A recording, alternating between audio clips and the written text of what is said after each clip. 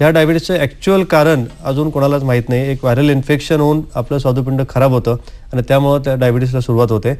तर genetic studies ह्या संपूर्ण जगात आज चालू आहेत आणि अशा प्रकारचं व्हायरल इन्फेक्शन झाल्यावर स्वादुपिंडाला त्या पॅनक्रियाटायटिसपासून वाचवता येईल का आणि डायबिटीस टाळता येईल याच्यावर बरंच रिसर्च चालू आहे. आज तरी आपण त्याच्याबद्दल काही सांगता येणार नाही. कदाचित नजीकच्या भविष्यकाळात अशा प्रकारे आपण निश्चितच संशोधनात प्रगती करून कदाचित लहान मुलांना जो डायबिटीस होतो तो टाळता येऊ शकेल किंवा बरा करता येऊ शकेल. आपण त्याविषयी बोलूया. स्टेम सेल्सचा प्रोग्रेस अतिशय उत्साहवर्धक आहे आणि निश्चितच प्रगती होते त्या दिशेने. अनेक रोगांवरती मात करण्यासाठी प्रगती होते. हा एकच आजार नाहीये. क्षमा मोकाशी बारामतीवरून आपल्याला काही प्रश्न विचारतात. क्षमा बोला. आपण क्षमा बोला. हॅलो, नमस्ते डॉक्टर. नमस्ते. माझं असं मत आहे की डायबिटीस साठी व्यायाम कितपत महत्वाचा आहे. क्षमा अतिशय महत्वाची गोष्ट आहे. सगळ्याच रोगांसाठी व्यायाम ही अत्यंत महत्वाची गोष्ट आहे. मी सांगू इच्छितो त्या ठिकाणी नेहमी आम्ही आमच्या कार्यक्रमात ही गोष्ट आवर्जून सांगत असतो की कुठलाही रोग कंट्रोल करण्यासाठी त्रिसूत्री महत्वाची आणि त्याच्यामध्ये आहार, औषध आणि व्यायाम ह्या तिन्ही गोष्टी ह्या एकमेकांना संलग्न आहेत. आणि त्या अनुषंगाने डॉक्टर आपण काय मार्गदर्शन करू शकाल? त्यांचा हा प्रश्न ॲक्च्युली फार चांगला आहे आणि जनजागृतीत व्यायामात सगळ्यात पहिलं महत्त्व आहे. Exercise is such a thing that most advise and list followed. सगळ्यांना ऐकायला चांगलं वाटतं पण ते करायला बरं वाटत नाही. पण मला या ठिकाणी एक गोष्ट नमूद करायची वाटते की एक्सरसाइज ही आपल्या दैनंदिन जीवनातली सगळ्यात पहिली गोष्ट आहे. तुम्ही उठल्यावर तुमची सुरुवातच एक्सरसाइजने व्हायला पाहिजे, जशी आपण प्रार्थना करतो देवाची. कारण आपण त्रास किंवा आजार व्हायची वाट बघायची गरजच नाही आहे. आणि कोणताही आजार, डायबिटीसच नाही, ब्लड प्रेशर, हृदयविकार, दमा, कोणताही आजार तुम्हाला टाळायचा असेल त्यासाठी व्यायाम फार महत्त्वाचा आहे. आणि to keep yourself healthy and fit there is nothing like exercise. Diet comes even after that. तर मला वाटतं की एक्सरसाइजचं महत्त्व हे सगळ्यात पहिलं आहे आणि as she said that is very correct. So ही एक महत्त्वाची गोष्ट आहे. अत्यंत मला वाटतं की व्यायाम करणं हे सगळ्याच दृष्टीने जास्त आवश्यक आहे. सर, आपल्याला आता लहान मुलांविषयी बोललो की लहान मुलांना जो डायबिटीस होतो, आपण आता इतका वेळ टाईप 2 डायबिटीस विषयी बोलतोय जो सर्वसाधारण लाईफस्टाईलशी रिलेटेड आहे किंवा अवरोधाशी रिलेटेड, म्हणजे इन्सुलिन त्याचं काम नीट करत नाही. पण जेव्हा इन्सुलिन स्त्रवतच नाही, म्हणजे अजिबात येत नाही, ज्याला आपण इन्सुलिन डिपेंडंट डायबिटीस म्हणतो, म्हणजे अशा मुलांना इन्सुलिन देणं ही एकमेव उपचार पद्धती उपलब्ध असते. हा जो भाग आहे की कंटिन्युअस इन्सुलिन देणं, अशा रुग्णांसाठी आपल्या फाउंडेशनतर्फे काय उपक्रम चालवले तर ह्याविषयी काय सांगता येईल? जसं मी आपल्या सुरुवातीला सांगितलं की या फाउंडेशनची निर्मिती करताना आमच्या कुटुंबियांनी हाच विचार केला की आपण आज समाजात जी गोष्ट सहज उपलब्ध नाही आहे त्या सगळ्या पलीकडे जाऊन काहीतरी करायला पाहिजे. आणि जेव्हापासून मी ॲक्च्युली माझी प्रॅक्टिस सुरू केली, सगळ्यात जवळचा किंवा नाजूक जो एक विषय होता तो म्हणजे टाईप 1 डायबिटीस. जेव्हा पण तो पेशंट आपण बघतो तेव्हा आपल्याला खरंच या मुलांकडे, निरागस मुलांकडे पाहून बऱ्याच वेळा डोळ्यात पाणी येतं की how is suffering and how is living is life. त्यातल्या त्यात तुम्ही जर विचार केला की हा जर मुलगा हा गरीब कुटुंबातला असेल की ज्याला रोजचं खाणं किंवा राहणं हे त्या कुटुंबाला शक्य नाही, त्या मुलांनी इन्शुलिनचा खर्च, हॉस्पिटल ॲडमिट व्हायचा खर्च, तपासण्याचा खर्च हा कुठून करायचा? आणि दिस वी हॅव पर्सनली सीन की बरेच मुलं उपचाराअभावी दगावतात. डायबिटिक किटोसिस हा फार एक मोठा आजार आहे. डायबिटिक कोमामध्ये पेशंट ॲडमिट होतात, साखर 700-800 होऊन ते पेशंट त्याच्यात दगावू शकतात. आणि हे सगळं बघितल्यावर आमच्या फाउंडेशनने जो सुरुवात केली त्यात सगळ्यात महत्त्वाचा उपक्रम आहे की आम्ही ह्या अशा 16 वर्षाखालील गरीब मुलांना पूर्णपणे दत्तक घेतो.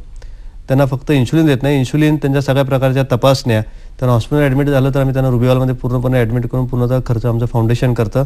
त्यांना लागणारा सगळा येण्याजाण्याचा खर्च तुम्हाला यावेळेला सांगतो. माझ्याकडे एक महाडचा नायकर म्हणून एक मुलगा आहे. हा बिचारा जन्मापासून अंध आहे आणि त्याच्यात त्याला टाईप 1 डायबिटीस आहे. You can imagine how is suffering. ते ह्या सगळ्या अशा मुलांना पुण्याला येण्याजाण्याचा खर्च आणि जरूर पडले त्यांना शालेय खर्चसुद्धा आम्ही सगळं करतो आहे. आणि ह्यावेळेला मी सांगू इच्छितो की सुरू करताना आम्ही एक लिमिट ठेवलं 50-60 मुलांना आम्ही दत्तक घेऊ, पण आज 105 मुलं झाली आणि this will continue in future also. अतिशय महत्त्वाची गोष्ट आहे की अशा मुलांना मदत मिळणं गरजेचं आहे. सोहम आपल्याला सोपान तायडे आपल्याला चिंचोळवरनं काही प्रश्न विचारतायत. बोला आपण. तायडे विचारा. तायडे बोला. साहेब, डॉक्टर साहेब. हा बोला. आम्ही सोपान तायडे बोलतोय. मला एक प्रश्न विचारायचा होता. किंवा जर साखर जर न खाल्ली वा समजा, सबशेल कमी केली वा समजा तर साखर वाढेल का बस? सोपान आपला आवाज नीट येत नाही, जरा प्रश्न पुन्हा एकदा. हा साहेब, म्हणजे मी असा प्रश्न विचारत होता किंवा मी गोड पदार्थ न खाल्ले तर चालेल का बस? आपल्याला डायबिटीस आहे का? हो. आणि आपल्याला काय कुठल्या खाण्याबद्दल विचारताय आपण? गोड पदार्थ. गोड पदार्थ खाल्ले तर चालतील? खाल्ले तर चालतील का बस, म्हणजे सपशेल बंद किती करायचे आता आपलं डायबिटीस आणि काय स्वरूप आहे जरा सांगू शकाल? आपलं वय किती आहे सोपान? आपलं वय किती आहे? वय 35. आणि आपली शेवटची शुगर किती होती?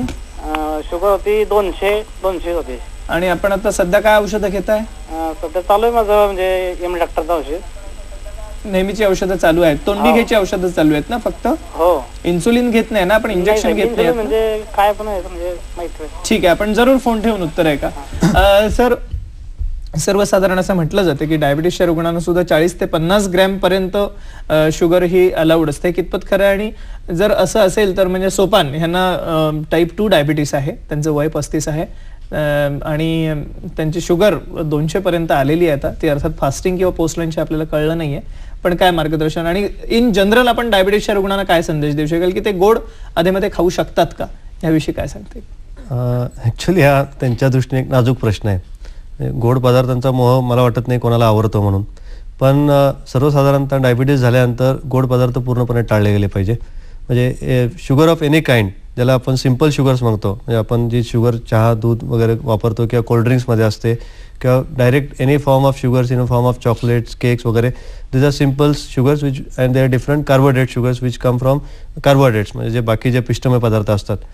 डायबिटीस झाल्यावर आपल्याला कोणत्या प्रकारची डायरेक्ट शुगर घेता कामा नये. ह्या रुग्णांसाठी सर्वसाधारणतः आपण आर्टिफिशियल स्वीटनर्स किंवा ज्या आपण गोळ्या चहात किंवा दुधात टाकून किंवा बाकी अन्नपदार्थ टाकून आपण त्या व्यवस्थितपणे सेवन करू शकतो, त्यांना आपण अलाउड करतो. पण मला नाही वाटत की कोणत्या प्रकारची डायरेक्ट शुगर किंवा गोड पदार्थ ते अशा प्रकारचे घ्यायला पाहिजे. आणि यांचं वय बेसिकली 35 वर्ष आहे, विच इज बॉर्डरलाईन. आपल्या देशात जो आजकाल डायबिटीस वाढतोय तो 20 ते 30 किंवा 35 वयात वाढतोय. आणि पाश्चात्य देशांपेक्षा हाच मोठा फरक आहे की हे जे रुग्ण आहेत हे पूर्णपणे टाईप 2 पण नाही आहेत आणि पूर्णपणे टाईप 1 पण नाही आहेत. यांची सुरुवात होताना त्यांना सुरुवातीला गोळ्यांना रिस्पॉन्स येतो, पण काही वेळाने, काही दिवसांनी किंवा काही वर्षांनी त्यांना पुढे इन्शुलिनची गरज लवकर भासू शकते. ओके.